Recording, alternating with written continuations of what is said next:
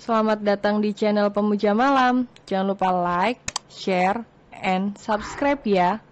Terima kasih.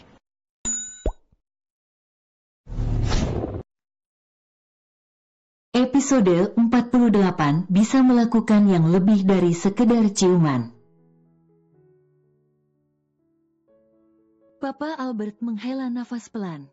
Meski Agatha pergi dari rumah ini, Papa selalu memantau keadaannya. Namun sayang, kecelakaan itu lepas dari pantauan Papa. Andrea memberanikan diri menatap pria parubaya yang duduk di sampingnya. Raut wajah penuh penyesalan begitu terpancar. Entah ia harus percaya atau tidak. Andrea bahkan tidak pernah bertemu pria itu sebelumnya. Lalu kenapa kamu tak mengatakan apapun pada Mama, Al? Apa Mama peduli? Bukannya Mama tak ingin mendengar tentang Agatha setelah ia memilih menikah dengan Robbie? Suasana ruang tamu itu menjadi semakin memanas. Kepala Oma Delia menggeleng kencang, ia baru saja berbaikan dengan Andrea. Jangan sampai sang cucu berubah pikiran dan kembali membencinya. Arthur menggenggam tangan sang istri dengan lembut. Ia tahu, perdebatan keluarga Kesuma pasti mempengaruhi Andrea. Pa, Brian memperingati sang papa, sama seperti sang oma, pria itu juga tidak ingin Andrea kembali marah pada mereka. Kenapa Bri? Papa hanya mengatakan yang sebenarnya. Andrea sudah ada di sini. Ia harus tahu tentang ibunya. Apa yang membuat Agatha pergi dari rumah ini, dia harus tahu. Papa tidak mau ada rahasia dan terjadi kesalahpahaman di kemudian hari. Andrea bagian dari keluarga Kesuma. Papa Albert menyadarkan punggungnya pada sandaran sofa. Pria yang berusia lebih dari setengah abad itu menatap sang istri dan Claudia yang duduk di seberang meja. Aku tahu kamu tidak suka dengan kedatangan Andrea, Ma. Tetapi aku tidak akan diam lagi. Aku sudah cukup melindungimu selama ini. Papa Albert bahkan telah menyiapkan bagian harta untuk Andrea. Jika seandainya, Oma Delia tak pernah ingin bertemu dengan putri Agatha itu. Hening menyelimuti suasana di dalam mobil saat Arthur dan Andrea kembali pulang. Makan malam yang diharapkan dapat menjalin kedekatan Andrea dengan keluarga ibunya, justru terasa sangat mencekam. Andrea sama sekali tidak marah kepada sang nenek. Ia bahkan sudah tahu fakta jika hubungan orang tuanya tidak pernah mendapat restu. Namun, wanita itu tidak tahu harus bersikap bagaimana dengan Om Albert. Pria parubaya itu terlihat begitu baik padanya. Andrea tidak tahu, apa kakak dari mendiang ibunya benar-benar baik, atau ada maksud lain di balik semua itu. Sayang. Arthur memecah keheningan. Ia tidak ingin sang istri stres memikirkan tentang keluarga Kesuma. Ya. Apa yang kamu pikirkan? Katakan padaku, jangan pendam sendiri. Ingat, kamu tidak boleh stres. Arthur meraih jemari sang istri, mengecupnya dengan lembut sebelum ia letakkan di atas pahanya. Tidak ada, hanya saja, aku tidak tahu harus bagaimana menanggapi Om Albert. Apa aku harus percaya jika dia memantauku selama ini? Wanita itu berucap sembari mengedikan bahunya. Apa selama ini, ada hal tak masuk akal yang terjadi dalam hidupmu? Andrea mencoba mengingat, namun, sepertinya tak ada sesuatu hal aneh yang pernah ia alami. Tidak ada, sayang, tetapi... Andrea terdiam sejenak. Uang kuliah. Aku tidak membayar uang kuliah. Karena, Menurut pihak kampus, aku mendapatkan bantuan anak yatim piatu. Andrea kemudian menoleh pada sang suami, yang kebetulan pria itu juga sedang menatap ke arahnya. Sayang, apa mungkin Om Albert yang membayar uang kuliahku? Nanti aku akan mencari tahu tentang itu, sayang. Untuk saat ini, kamu jangan terlalu banyak berpikir, apalagi sampai stres. Andrea menganggukkan kepalanya. Benar apa kata sang suami. Apapun yang membebani pikirannya, ia harus membagi dengan pria itu. Karena, Arthur mampu memberikan solusi dan mencari jalan keluarnya. Terima kasih, sayang. Everything for you, Babe. Jangan sungkan meminta dan mengatakan apapun padaku. Ingat, aku milikmu, dan kamu milikku. Ucapan Arthur membuat hati Andrea lebih tenang. Ia berharap, kedepannya rumah tangga mereka selalu seperti ini. Penuh cinta dan kasih sayang. Sungguh Andrea merasa beruntung menikah dengan pria itu.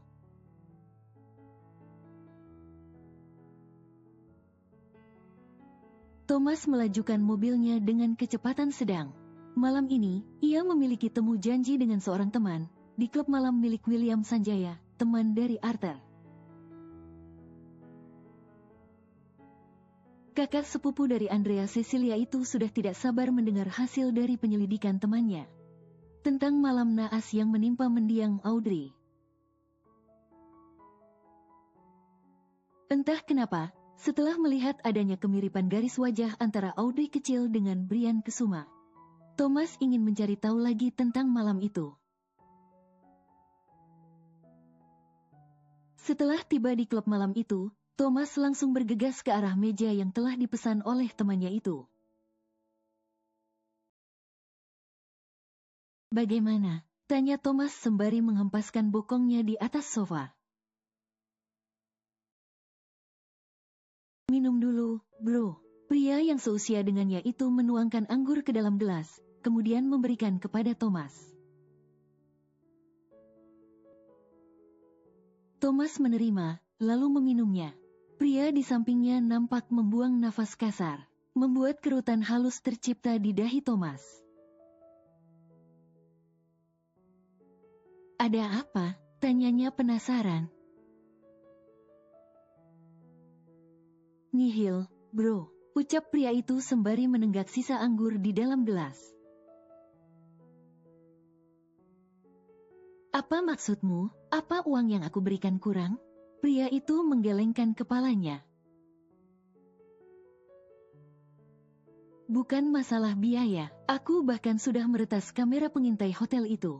Tetapi, pria itu menjeda ucapannya dengan menghela nafas. Rekaman di malam itu tidak ada. Kemungkinan telah dihapus. Lanjutnya kemudian. Mendengar itu, Thomas meremat gelas di dalam genggamannya. Jangan melukai dirimu. Pria di sampingnya meraih gelas dari tangan Thomas, kemudian mengisinya lagi.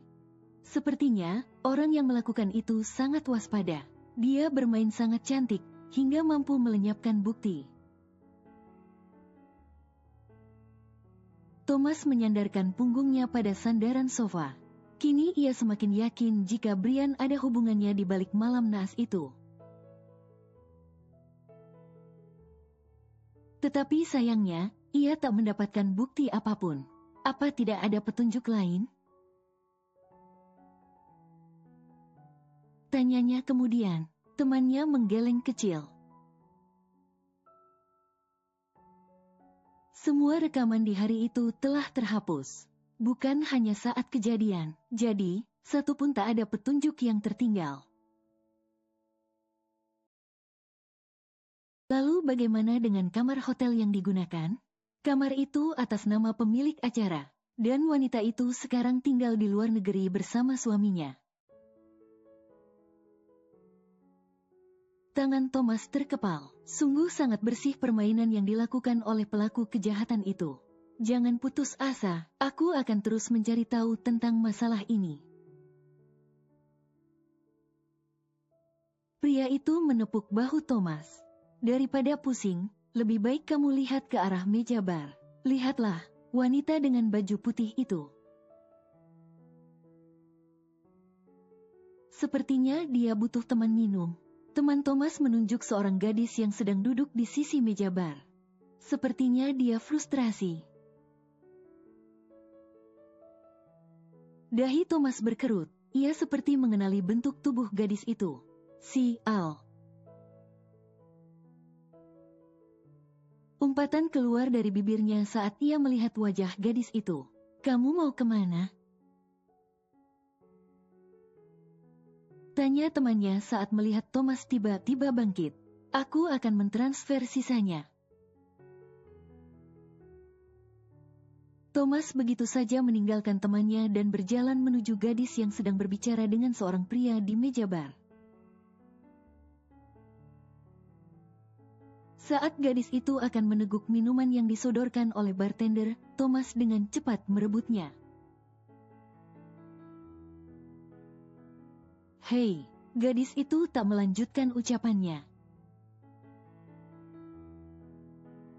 Apa yang kamu lakukan di sini? Tanya Thomas dingin dan tatapan nyalang. Bukan urusanmu. Gadis itu memutar bola matanya dengan malas. Berikan aku satu gelas lagi, ucapnya ke arah pria yang sedang meracik minuman di seberang meja. Tidak, tegas Thomas. Ikut pulang denganku. Thomas menarik gadis itu hingga turun dari kursi. Apa dia kekasihmu, Jane? Pria yang tadi berbicara dengan gadis itu bertanya. Ya, gadis itu adalah Jenny. Karena itu Thomas dengan cepat menghampirinya. Ikut denganku. Thomas menarik tangan Jenny. Lepaskan aku, Tom. Gadis itu meronta. Pulang. Sekali lagi Thomas menarik tangan Jenny, sehingga tubuh mereka saling membentur. Thomas kemudian menyeret Jenny keluar dari tempat hiburan malam itu. Masuk, perintahnya kala pintu samping mobil Thomas telah terbuka. Aku membawa mobil sendiri. Jenny menolak untuk masuk. Biarkan saja. Thomas mendorong tubuh gadis itu, ia kemudian menutup pintu mobil dengan cepat. Klik, suara pintu terkunci otomatis saat Jenny hendak kabur. Thomas buka pintunya. Aku bisa pulang, HMMPPTT. Mata Jenny membulat sempurna kala pria itu membungkam ocehannya. Bibir Thomas kini menempel pada miliknya. Tak hanya menempel, pria itu bahkan menyesapnya hingga Jenny merasa kebas. Gadis itu menepuk pundak Thomas saat ia merasa tidak sanggup lagi mengimbangi pria itu. Menurutlah, ucap Thomas setelah pagutan mereka terlepas. Pria itu menempelkan dahi mereka. Nafas keduanya memburu seperti berlomba merebut udara. Setelah stabil, Thomas memasangkan sabuk pengaman untuk melindungi tubuh Jenny. Gadis itu masih terpaku. Ia sekuat tenaga mengatur detak jantungnya. Meski sudah pernah berciuman dengan mantannya dulu, namun ini merupakan ciuman pertamanya dengan Thomas. Apa yang kamu lakukan di tempat ini? Tanya Thomas saat mobil mulai melaju meninggalkan parkir klub malam itu. Bukan urusanmu, jawab Jenny sembari menoleh ke belakang. Mobil gadis itu masih terparkir di sana. Besok aku akan mengambilnya. ucap Thomas yang mengerti tatapan gadis itu. Apa kamu ditinggal menikah lagi? Jenny menatap Thomas nyalang. Pria itu apa tidak merasa bersalah telah mencium seorang gadis tanpa permisi? Aku tidak memiliki kekasih. Siapa yang meninggalkan aku? Gadis itu tak acuh. Lalu, sudah aku katakan bukan urusanmu. Suara Jenny meninggi. Thomas pun menepikan mobilnya. Mau apa lagi? Jenny menahan tubuh Thomas yang kembali condong ke arahnya. Ia tidak mau kecolongan lagi. Seenaknya saja pria itu menciumnya tanpa dosa. Maka jawab aku dengan benar. Jika tidak, aku bisa melakukan yang lebih dari sekedar ciuman. Thomas membelai pipi Jenny dengan punggung tangannya, membuat gadis itu memejamkan mata. Apa kamu ada masalah? Berbagilah, ucap pria itu lagi. Seketika tangis Jenny pecah. Ia pergi ke klub malam untuk menenangkan dirinya. Papa akan menikah lagi, ucapnya kemudian. Thomas kemudian merengkuh tubuh Jenny. Keluarga gadis itu memang tidak harmonis. Karena itu, Jenny lebih banyak menghabiskan waktu bersama keluarga Dinata. Bersama Mama Daisy, ia mendapatkan kasih sayang seorang ibu, yang tak ia dapatkan dari sang mama karena sibuk bekerja. Aku antar pulang, ucap Thomas setelah tangis Jenny mereda. Namun kepala gadis itu menggeleng. Aku tidak mau pulang, itu bukan rumah, tetapi neraka. Thomas menghela nafas pelan. Ia pun memutuskan membawa Jenny ke apartemennya. Ya, meski Thomas tinggal di rumah keluarga Dinata, namun ia juga memiliki apartemen yang ia beli sebagai investasi masa depan. Jenny berdiri di ambang pintu. Ia baru tersadar jika Thomas membawanya ke sebuah apartemen. Milik siapa? Dua kata lolos dari bibir gadis itu. Milikku. Thomas melempar jaket kulit yang ia gunakan ke arah sofa. Kemudian pergi ke dapur mengambil air minum untuk Jenny. Minumlah. Pria itu menyodorkan sebotol air mineral yang telah dibuka tutupnya.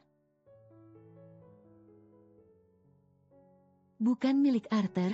Tanya Jenny setelah meminum sedikit air itu. Thomas memicingkan matanya. Apa kamu pikir aku tidak memiliki uang untuk menyicil sebuah apartemen? Kepala Jenny menggeleng. Bukan begitu, maksudku, kamu kan tinggal di rumah keluarga Dinata. Thomas menghela nafas pelan. Untuk sekarang aku memang tinggal di sana karena orang tuaku dan Rhea. Tetapi, aku juga harus memikirkan masa depanku. Menikah dan punya anak. Aku tidak mungkin tetap tinggal di sana, kan? Ucapan Thomas membuat jantung Jenny berdebar kencang. Pria itu sudah memikirkan masa depannya sejauh itu. Apa itu artinya ia sudah memiliki kekasih? Tanpa sadar tangan Jenny meremat botol air mineral di dalam genggamannya, sehingga membuat isinya tumpah. Maaf, ucapnya tersadar. Sudahlah, untuk malam ini, tinggallah di sini jika kamu belum ingin pulang. Jenny pun menganggukkan kepalanya. Apa kamu sudah makan? Gadis itu menjawab dengan gelengan kepala. Astaga, kamu belum makan malam, tetapi sudah meminum alkohol? Mata Thomas hampir saja melompat keluar. Pria itu membuang nafasnya kasar. Sekarang bersihkan dirimu dulu. Aku akan keluar membeli makanan. Apartemen ini tidak pernah aku tempati, jadi tidak ada persediaan bahan makanan mentah. Thomas pun mengantar Jenny ke kamarnya untuk membersihkan diri. Sepeninggal Thomas, Jenny belum juga beranjak ke kamar mandi. Ia mengamati setiap sudut kamar tidur itu. Ruangan yang luas, dengan tempat tidur besar di tengah, 2 buah meja nakas, sofa di sudut kanan, serta lemari besar di sudut kiri. Tak lupa juga pintu kaca besar yang terhubung dengan balkon.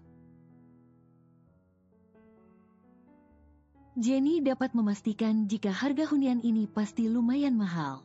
Thomas benar-benar sudah merencanakan masa depannya. Apa dia sudah punya kekasih? Tanpa disadari, Jenny mengusap bibirnya sendiri. Namun, sesaat kemudian ia menggeleng menepis segala yang mengganggu pikirannya. 30 menit berlalu. Jenny pun telah selesai mandi, namun ia bingung harus memakai apa.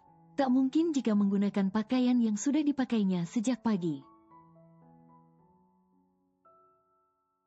Aku harus pakai apa? Tak mungkin aku tidur dengan handuk kimono ini kan? Ia menatap pantulan dirinya pada cermin kamar mandi. Terdengar suara ketukan pada pintu kamar. Jenny pun merapatkan ikatan handuk kimononya. Kemudian pergi membuka pintu. Sudah selesai, gunakanlah ini, aku tunggu di meja makan. Thomas menyerahkan sebuah paperback kepada gadis itu. Jenny mengangguk dan menerimanya, kemudian masuk ke kamar mandi untuk mengganti baju. Di kamar mandi Jenny menganga tak percaya. Thomas bahkan membelikan sepasang pakaian untuknya.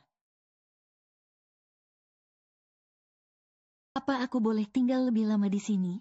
Tanya Jenny di sela acara makan malamnya yang terlambat. Thomas membelikan spaghetti carbonara kesukaannya. Thomas tak menjawab pertanyaan gadis itu, sehingga membuat Jenny kembali bersuara. Aku akan membayar uang sewa, atau, jika kamu menolak, aku bersedia membersihkan tempat ini dan merawatnya.